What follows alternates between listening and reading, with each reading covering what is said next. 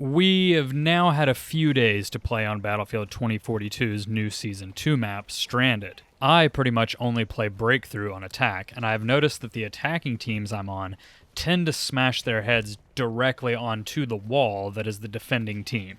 In this video, I'm going to discuss each sector from the perspective of someone on offense and give you some flanking routes that I have found to be pretty effective at weakening the enemy team so that your team can come in and cap the flag.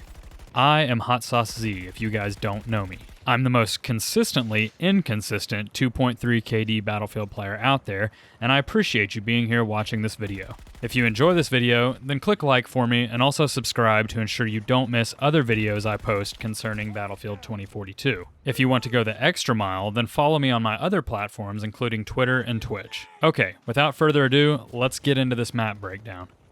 Sector 1 on Stranded can be very challenging for the offense to take if the defense has any form of cohesion or talented players. I very often see offenses fail on Sector 1 and you never even get to see the rest of the map. This may seem obvious, but the primary reason is that the offense never attempts to breach the flag's boundary and try to gain a foothold. Take a look at where people are stopping their push the next time you feel your drive stalling in Sector 1. You will often find most of your team crouched in the rocks immediately by the objective and prone on the hill to the right. They are shooting enemies and engaging, but often they never have the intention of moving up.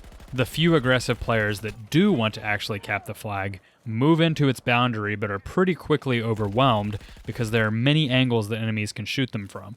These issues cause the aforementioned stall. Let me show you an area that you as an attacking team need to try to take and defend in order to win this sector. This is of course not the only way to do this, but in rounds where I've been able to secure this location, my team usually falls in behind me and we cap the flag not too long afterwards. This boxed in spot does so well in assisting your team because it has cover on 3 of its sides. The side that isn't covered physically is pretty typically where your team should be funneling in. The strategy here is to get this spot and hold it until your team fills in for the cap.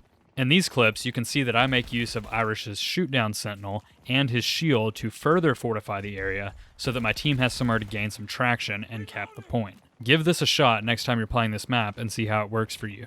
Let's move on to Sector 2. Sector 2 is where the real meat grind begins. Players absolutely love to throw themselves into this over and over and over to no avail. But you're not like that, are you? No, you want to win. In order to do that, I want you to flank. I know everyone has heard of flanks, but from what I've noticed the last few days, no one is actually doing it on this map. This is a real shame because they can be very effective, particularly here in Sector 2. What I want you to do is ignore the entry on the right side of the ship. Ignore the entry in the back of the ship up the zip line. What does that leave? You guessed it. I want you to be patient and go around to the left side of the ship. Then follow the left side all the way back until you're out of bounds and take the red line flank there back into the ship like I'm doing in these clips. You do have to be cautious anytime you're red line flanking because the enemy team can quite literally appear behind you as they spawn in.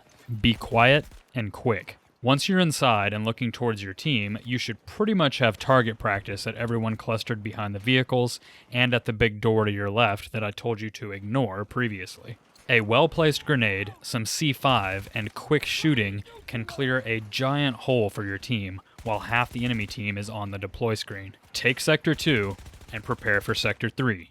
For Sector 3, the strategy is very much the same. Yes, we're flanking again. That's the point of the video, remember? This time though, I've found heading to the right and taking that pathway back to be pretty successful. There are some things to watch out for as you move along. Sometimes you will find enemies to your left in the passageway underneath the hull of the ship. Be sure to check there before moving along. You will also have the occasional person hugging the top of the hill to your right, so keep an eye out there as well. The good thing about this flank is you don't even have to redline for it, as the defense's next sector is in the back left from where you're heading. This means you can even go further than the door to your left you'll use to access the rear of the flag, if you so choose. This can be a sneaky place to place spawn beacons or chill for a second while squad mates spawn on you. You do have to be cautious though, because enemies can obviously access this area as well. Once you take the door to your left from the right side of the ship's hull, it's a repeat of the process used in Sector 2. Be wary, of course, of enemies spawning back in, approaching from the rear of the ship. Try to avoid being surrounded. If you follow these flanks, your team should be humming right along through the map, and you should now be in the final sector, Sector 4. I must admit, I have not yet formulated any specific strategies for Sector 4. The front line is very spread out here, and you'll have enemies at both the extreme left and right edges, and of course clustered around the structure in the middle on the actual flag itself. I have seen teams have some success in clustering towards either the left or right. I find the left side or straight into the flag to be preferable because it is further from the enemy spawn behind the flag. If you go to the right and wrap around the back of the objective, you'll be dealing with enemies on the flag as well as the ones popping in further back and to your right. In my experience, if your team has been strong enough to take sectors 1 through 3, this final flag tends to work itself out on its own.